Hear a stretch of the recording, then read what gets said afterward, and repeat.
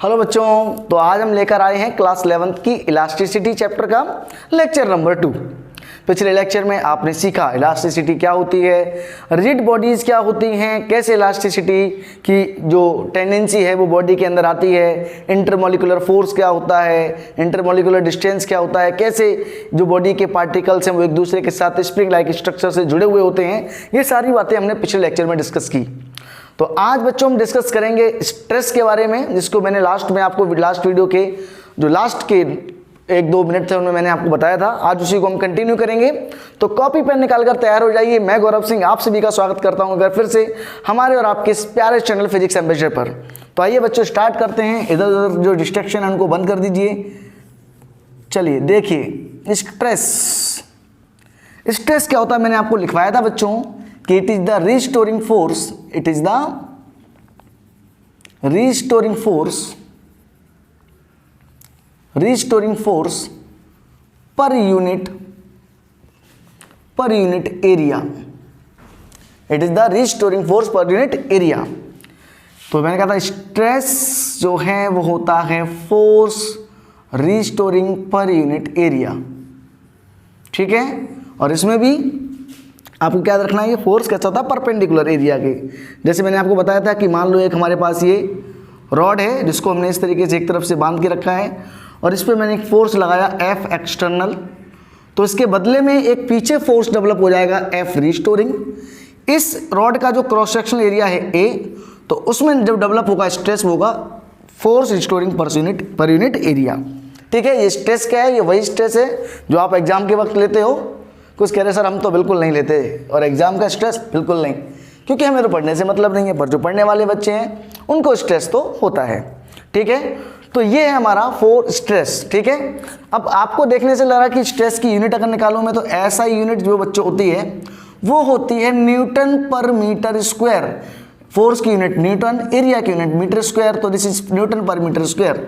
Same वही unit जो pressure की होती है, pressure is force upon area, ठीक है। तो उसकी यूनिट भी क्या ये प्रेशर है? नहीं, ये प्रेशर बिल्कुल भी नहीं है, बिल्कुल भी प्रेशर नहीं है। पर हाँ एक कंडीशन आएगी, वहां पर ये एज ए प्रेशर वर्क करेगा या प्रेशर बन जाएगा, प्रेशर की तरह ही बिहेव करेगा, ठीक है।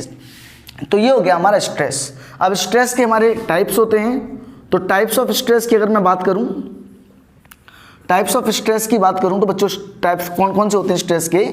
एक होता है बच्चों हमारा लॉन्गिट्यूडनल स्ट्रेस। कौन सा होता है? Longitudinal stress. Longitudinal stress. Second जो होता है बच्चों वो होता है हमारा शियर स्ट्रेस। और third one is volumetric stress. Volumetric stress क्या होता है? लॉन्गिट्यूडनल स्ट्रेस क्या होता है? शियर स्ट्रेस क्या होता है? वॉल्यूमेट्रिक स्ट्रेस को हम डिटेल में जानेंगे, ठीक है। तो इसका स्क्रीनशॉट ले लीजिए और हम स्टार्ट करते हैं लॉन्गिट्यूडनल स्ट्रेस को, ठीक है। क्या स्टार्ट करेंगे बच्चों? लॉन्गिट्यूडनल स्ट्रेस, ठीक है। वैसे मैंने आपको ये लिखा रखा है, पहले वाले लेक्चर में मैंने आपको स्ट्रेस की डेफिनेशन लिखा रखी थी, फिर भी अगर किसी ने नहीं लिखी हो तो यहाँ से लिख ले। और हम बात करते हैं अब लॉन्गिट्यूडनल स्ट्रेस की। किसकी बात करेंगे बच्चों? Longitudinal stress. Longitudinal stress, longitudinal stress. अब लॉन्गिट्यूडनल स्ट्रेस क्या होता है तो आइए देखते हैं। मान लो कि यहाँ पर एक ऐसे रॉड है, फिर से वही रिपीटेड कहानी। इस रॉड का क्रॉस सेक्शनल एरिया ए है, इस पर मैंने एक फोर्स लगाया एफ एक्सटर्नल, तो पीछे पलट के फोर्स लगेगा एफ रिस्टोरिंग।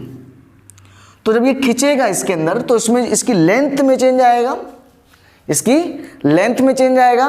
तो जो लेंथ में चेंज आता है फोर्स, डिफॉर्मिंग फोर्स लगाने से इसके per unit cross sectional area पर जो इस डिफॉर्मिंग फोर्स लगाने से जो इसकी लेंथ में चेंज आएगा उसे हम कहेंगे लॉन्गिट्यूडनल स्ट्रेस। क्या कहेंगे? लॉन्गिट्यूडनल स्ट्रेस, ठीक है। अब ये दो टाइप का हो सकता है। जैसे मान लो कि एक यहाँ पर है, ये रॉड है, इस पर मैंने यहाँ फोर्स लगाया, ठीक है, फोर्स लगाया मैंने इस पे, तो दोनों तरफ ये खींचेगा, तो खींचने पे जो फोर्स इसके अंदर जो इसकी लेंथ होगी वो बढ़ जाएगी। ऐसे वाले लॉन्गिट्यूडनल स्ट्रेस कहते हैं बच्चों टेंसाइल स्ट्रेस। क्या कहते हैं? Tensile stress, tensile stress, tension आ जाएगा खींचने की वजह से, टेंशन आ जाएगा, ऐसे वाले स्ट्रेस को हम क्या कहते हैं, टेंसाइल स्ट्रेस, खींचने वाला, जिसमें लेंथ बढ़ जाती है, लेंथ इंक्रीज हो जाएगी। दूसरा, इसी रॉड को अगर मैं दोनों तरफ से इस तरीके से फोर्स लगाऊं, ऐसे इस तरीके से, तो इसकी लेंथ में ये कंप्रेस हो जाएगा। क्या हो जाएगा बच्चों, कंप्रेस हो जाएगा। और ये जब कंप्रेस होगा तो इसके अंदर इसकी लेंथ थोड़ी सी छोटी होगी, जिस स्ट्रेस को हम कहेंगे बच्चों compressive stress, compressive stress, compressive stress. बात समझ में आ गई। जब हम खींचेंगे तो उसमें लंबाई बढ़ जाएगी, जिसे हम कहेंगे टेंसाइल स्ट्रेस, और जब हम इसको प्रेस करेंगे दोनों तरफ से फोर्स, तो इसकी लेंथ में जो कमी आएगी, इसे हम कहेंगे कंप्रेसिव स्ट्रेस। फार्मूला क्या होगा लॉन्गिट्यूडिनल स्ट्रेस का, सेम वही formula, stress is equal to force restoring per unit area. अब मैं आगे से जब भी लिखूंगा तो यहाँ पर केवल फोर्स लिखूंगा, ये अंडरस्टूड रहेगा कि ये फोर्स अपॉन एरिया फोर्स कौन सा होगा, रिस्टोरिंग फोर्स होगा। ठीक है, तो लॉन्गिट्यूडिनल स्ट्रेस के अपने दो तरीके क्या क्या देखे, एक तो टेंसाइल जिसमें लेंथ बढ़ जाती है, और एक कंप्रेसिव जिसमें लेंथ कम हो जाती है। क्लियर है बात। चलिए तो इसको नोट कर लो, सेम सारी कहानी वही है। लॉन्गिट्यूडिनल स्ट्रेस एक वही स्ट्रेस है, फोर्स अपॉन एरिया है, यहाँ लंबाई बढ़ रही है, यहाँ लेंथ कम हो रही है। क्लियर है, मैं मिटा दूं इसको। अब हम बात करते हैं सेकंड वाला टाइप, सेकंड वाला टाइप, ठीक है, जिसका नाम है शियर स्ट्रेस। क्या है, शियर स्ट्रेस, शियर स्ट्रेस। अब शियर स्ट्रेस क्या है, देखो ध्यान से। मान लो आपके पास एक सिलेंडर है, या कोई भी क्यूब है, सिलेंडर है, कुछ भी हो सकता है वो, और मैंने इसको ऐसे रखा हुआ है, और यहां पर ये फिक्स है। ठीक है, अब मैंने क्या किया, इसकी जो सरफेस है ऊपर वाली, ये सरफेस, इस सरफेस पे मैंने लगाया एक फोर्स। जब मैं इस पे फोर्स लगाऊंगा तो इसकी शेप कुछ ऐसी हो जाएगी,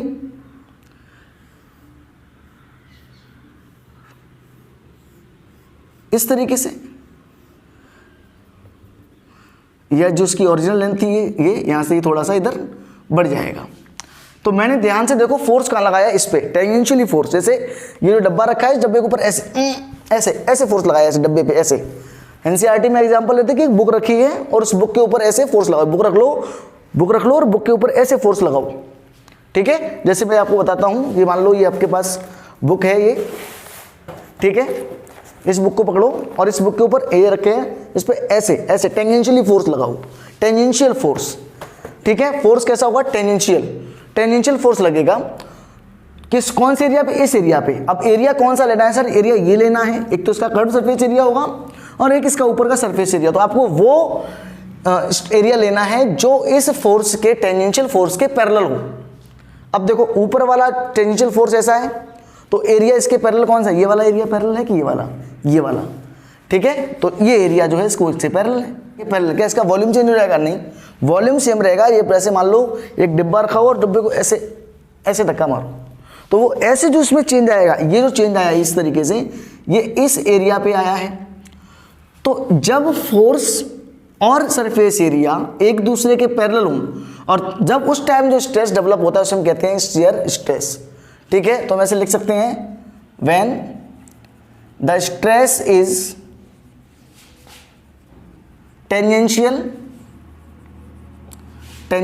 और when the stress is tangential or parallel to surface of a body, then it is known as shear stress. It is known as shear stress. shear stress. ठीक है, कौन सा है ये, shear stress। कब, जब इसका जो स्ट्रेस है वो क्या हो, पैरेलल हो बॉडी के, पैरेलल के सरफेस एरिया के पैरेलल हो। ठीक है, यहाँ लगा फोर्स और ये रहा इसका एरिया, इस पैरेलल पे लगाया अपन ने। जैसे मान लो एक क्यूब ले लेते हैं अपन, यहाँ पर एक क्यूब ले लेते हैं यहाँ पर, और इस क्यूब पे मैंने यहाँ पर इस सरफेस एरिया पे क्या किया, एक फोर्स लगाया यहाँ पे ऐसे। तो ये जो हमारा स्ट्रेस डेवलप होगा, तो ये क्यूब कैसी शेप ले लेगा, ऐसा, ये क्यूब इस तरीके से बन जाएगा। देखो ध्यान से, इस तरीके से।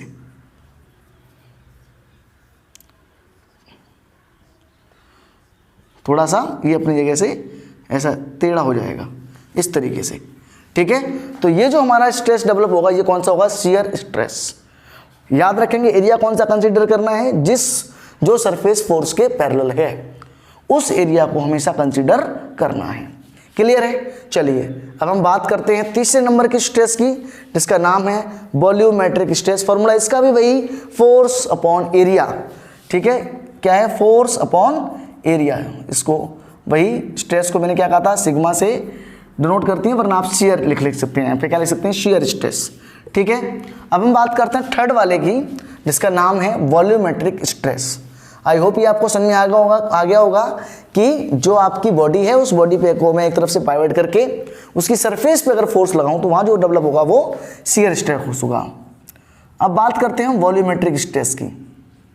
वॉल्यूमेट्रिक स्ट्रेस, वॉल्यूमेट्रिक स्ट्रेस, अब ये क्या है, मान लो ये जो आपके अंदर, मान लो ये कोई वाटर बॉडी है, वाटर है, ठीक है, इसके अंदर ये कोई पानी है या कोई भी लिक्विड फ्लूइड है, इसके अंदर मान लो कोई भी आपको ऐसी बॉडी डली है, तो यहाँ पर जो फोर्स होगा वो फोर्स इस तरीके से मान लो लग रहा होगा, ऐसे प्रेशर जो होगा, इस प्रेशर की वजह से फोर्स लग रहा होगा।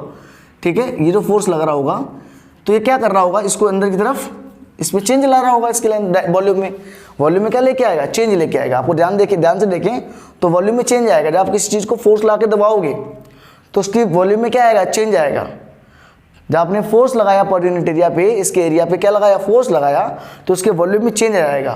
तो ये जो स्ट्रेस आया, इसके अंदर दबाव आया इस फोर्स की वजह से, ये फोर्स में डेवलप होगा क्योंकि इसके पास प्रेशर होगा।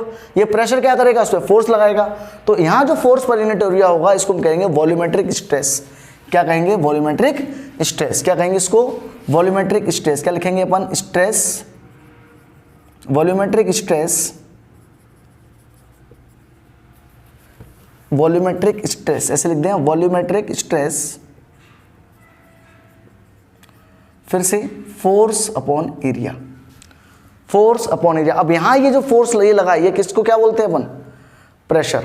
क्या बोलते हैं इसको, प्रेशर। आपको पता है जो वाटर के अंदर या किसी भी लिक्विड के अंदर जब कोई चीज डालते हैं उसके अंदर चारों तरफ से प्रेशर की वजह से फोर्स लगता है। तो यहां जो वॉल्यूमेट्रिक स्ट्रेस है वो लगभग क्या बन जाएगा, पी के बराबर हो जाएगा प्रेशर। मैंने कहा था आपको कि एक जगह आकर ये फोर्स अपॉन एरिया है या जो स्ट्रेस है वो क्या बन जाएगा, आपका प्रेशर बन जाएगा। तो ये वो जगह है जहां पर ये प्रेशर बन जाएगा। ठीक है, बात समझ में आई, ये क्या बन गया यहाँ, तो ये क्या बन गया, हमारा प्रेशर बन गया। कोई डाउट है? आई होप आपको सारी बात समझ में आ गई होगी कि जब किसी बॉडी को किसी लिक्विड के अंदर डालते हैं तो इस पे इक्वल वॉल्यूम, या अपन नॉर्मल भी बात करें कि किसी का वॉल्यूम है, किसी बॉडी का वॉल्यूम है, इस पर मैं इक्वल फोर्स लगाऊं चारों तरफ से, तो यहाँ जो फोर्स डेवलप होगा इसके वॉल्यूम में चेंज आ जाएगा। इसको हम कहेंगे बच्चों, क्या कहेंगे, वॉल्यूमेट्रिक स्ट्रेस। आप ऐसे भी समझ सकते हो। ठीक है, अगर ये लिक्विड के अंदर होगा तो इसको हम प्रेशर मान लेंगे। ठीक है, आपको ये बात समझ में आ गई, इसको फटाक से नोट कर लो। ठीक है, स्क्रीनशॉट लेके नोट कर ले इसको। चलिए आगे बढ़ते हैं। अब मैं इसको मिटाता हूं तो आपको पता लग गया। स्ट्रेस तीन टाइप का, लॉन्गिट्यूडनल, शियर और वॉल्यूमेट्रिक। लॉन्गिट्यूडनल दो टाइप का, टेंसाइल और कंप्रेसिव। जब उसको खींच के दोनों तरफ फोर्स आउटवर्ड लगे तो उसकी लेंथ में चेंज हो जाएगा रॉड की या किसी कोई भी लेंथ में, तो उसे लॉन्गिट्यूडनल स्ट्रेस कहते हैं। ठीक है, अगर उसमें की शेप थोड़ी सी ट्विस्ट हो जाती है, टेंजेंशियल फोर्स लगाते हैं, तो वहां जो स्ट्रेस डेवलप होता है बच्चों का कौन सा होता है, शियर स्ट्रेस होता है। और किसी के वॉल्यूम पे अगर हम इक्वल फोर्स लगाएं पर यूनिट एरिया पे, तो वहां जो डेवलप होगा that will be volumetric force, sorry volumetric stress. और ये अगर लिक्विड के अंदर होता है इसी को हम प्रेशर भी बोलते हैं।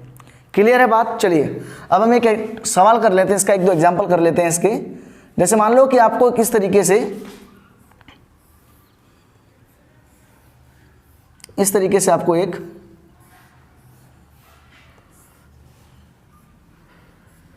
शेप दे रखी है। ठीक है, जिसकी ये लेंथ है 5 मीटर।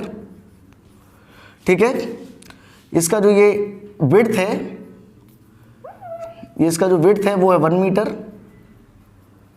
ठीक है, 1 मीटर। और इसकी जो हाइट है वो है 2 मीटर। क्या बात समझ में आई? तो आपको पता करना, find the tensile stress and shear stress. Shear stress आपको इधर पता करनी है।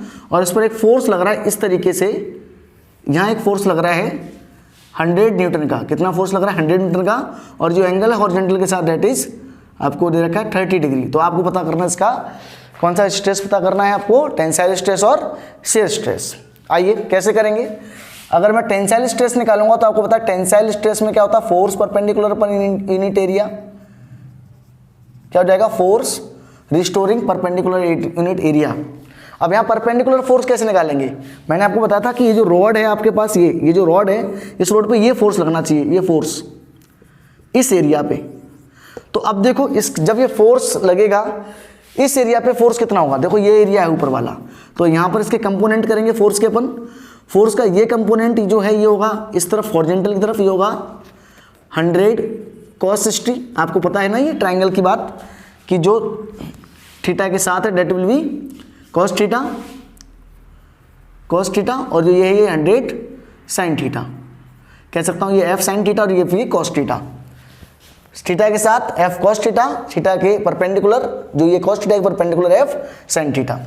तो ऊपर हमारा मिल जाएगा फोर्स 100 sin थीटा sin 30, और नीचे एरिया। अब एरिया कैसे निकालें, इस सरफेस का एरिया चाहिए अपन को, एरिया इज 5 × 1, ऊपर वाली सरफेस का देखो लेंथ इंटू ब्रीथ, तो डेट विल बी 5 × 1, तो यहाँ जाएगा 100 × sin 30 की वैल्यू 1/2/5, काटेंगे इसको तो कितना जाएगा बच्चों, ये दिस विल बी 50, और ये 5 से काटेंगे तो 10 न्यूटन, कितना जाएगा ये 10 न्यूटन पर मीटर स्क्वायर। क्या जाएगा answer, 10 newton per metre square. Clear है, this will be 10 newton per metre square. अब मुझे कौन सा निकालना है, सेकंड निकालना है मेरे को, कौन सा, शियर स्ट्रेस। अब शियर स्ट्रेस के लिए अपन क्या करते हैं, कौन सा फोर्स लेंगे, force tangential to the surface area. अब टेंजेंशियल फोर्स कौन सा, देखो ये टेंजेंशियल फोर्स है, तो ये हो जाएगा 100 cos थीटा अपॉन एरिया, कितना है a, यानी 5 × 1, तो ये हो जाएगा 100 × cos 30 की वैल्यू बच्चों कितनी होती है, √3/2, और यहाँ ये कितना जाएगा 5, तो 2 से कटेगा 50 टाइम्स, तो आंसर आ जाएगा 5 × 50, यानी 10√3 न्यूटन पर मीटर स्क्वायर। ये हमारा आंसर हो जाएगा। तो ये तरीका है इस तरीके के सवाल को सॉल्व करने का। सिंपल सी क्वेश्चन था कि भाई मैं टेंसाइल और शियर स्ट्रेस के बारे में पूछा गया। क्लियर है बात, चलिए इसको मैं रेज कर देता हूँ। आई होप आपको समझ में आ गया होगा। अपन ने क्या किया, टेंसाइल स्ट्रेस के लिए परपेंडिकुलर फोर्स लिया और ये एरिया लिया, और शियर स्ट्रेस के लिए अपन ने ये फोर्स लिया टेंजेंशियल फोर्स, और ये एरिया जो इसके पैरेलल है। क्लियर है, ठीक है, नोट कर लें इसको या स्क्रीनशॉट ले लें, ठीक है। बाकी आपको समझ में आ गया होगा। आगे बात करते हैं हम, एक सवाल और कर लेते हैं हम। कह रखा है कोई एक एलिवेटर है, एलिवेटर समझते हो जैसे जो लिफ्ट मान लेते हैं अपनी, ये एलिवेटर मान लेते हैं अपन। इसका जो मास है बच्चों दे रखा है 900 kg, कितना दे रखा है 900 kg, और ये ऊपर जा रहा है कैलकुलेशन 2.2 मीटर पर सेकंड स्क्वायर से। क्या कह रहा है कि एक 900 kg का मास है, एलिवेटर है, जो इस पे जो जिस तार से बंधा हुआ है, इस तार का जो मैक्सिमम स्ट्रेस है वो आपको दे रखा है बच्चों 3/π × 10⁸ न्यूटन पर मीटर स्क्वायर।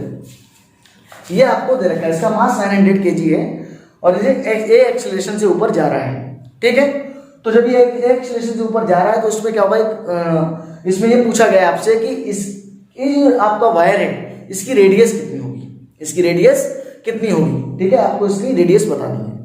क्या आपको सवाल समझ में आ गया। मैंने कहा कि एक वायर है जिससे एक एलिवेटर बंधा हुआ है, ये एलिवेटर का मास है 900 kg, और ये ऊपर जाता है 2.2 मीटर पर सेकंड स्क्वायर से। इस वायर का जो मैक्सिमम स्ट्रेस है कि इससे ज्यादा स्ट्रेस लगेगा तो टूट जाएगा। तो आपको पूछेगी कि इसकी वायर की जो है वो रेडियस कितनी है। तो कैसे करें, जानते हैं कि जो स्ट्रेस होता है इसमें टेंसाइल स्ट्रेस होगा, तो स्ट्रेस बराबर क्या होता है बच्चों, आप जानते हो, फोर्स पर यूनिट एरिया।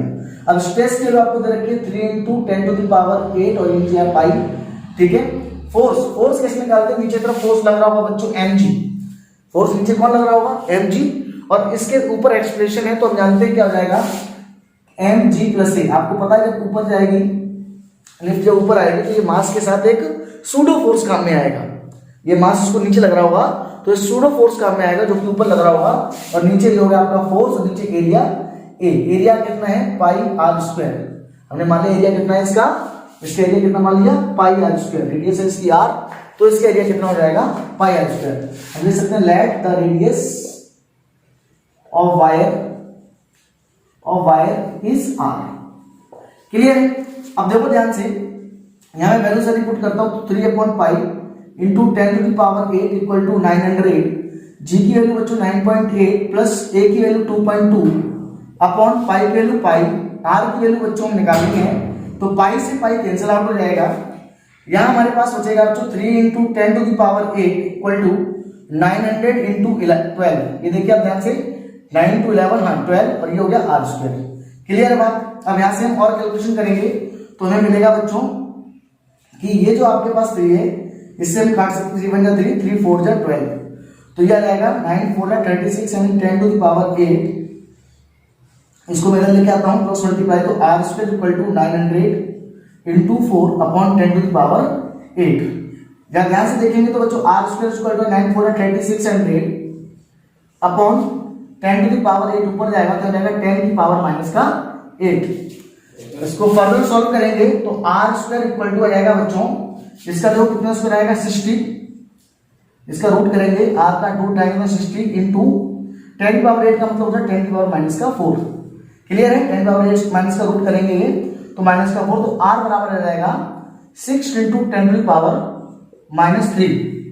अब 6 इंटू 10⁻³ का मतलब होता है बच्चों 6 मिलीमीटर। कितना होता है 6 मिलीमीटर, क्योंकि 1 मीटर में 1000 मिलीमीटर होते हैं, तो इसको हम चेंज कर देंगे तो कितना हो जाएगा 6 मिलीमीटर। क्लियर है बात? This is 6 millimetre. I hope आपको बात समझ में आ गई होगी। तो इस तरीके से हम सवालों को डील कर सकते हैं। ठीक है, बाकी मिलते हैं अगली वीडियो में नई टॉपिक के साथ। तब तक पढ़ते रहिए, एंजॉय करिए। All the very best. और अगर आपको वीडियो अच्छी लगी हो तो चैनल को सब्सक्राइब करना ना भूलें। All the very best. Thank you.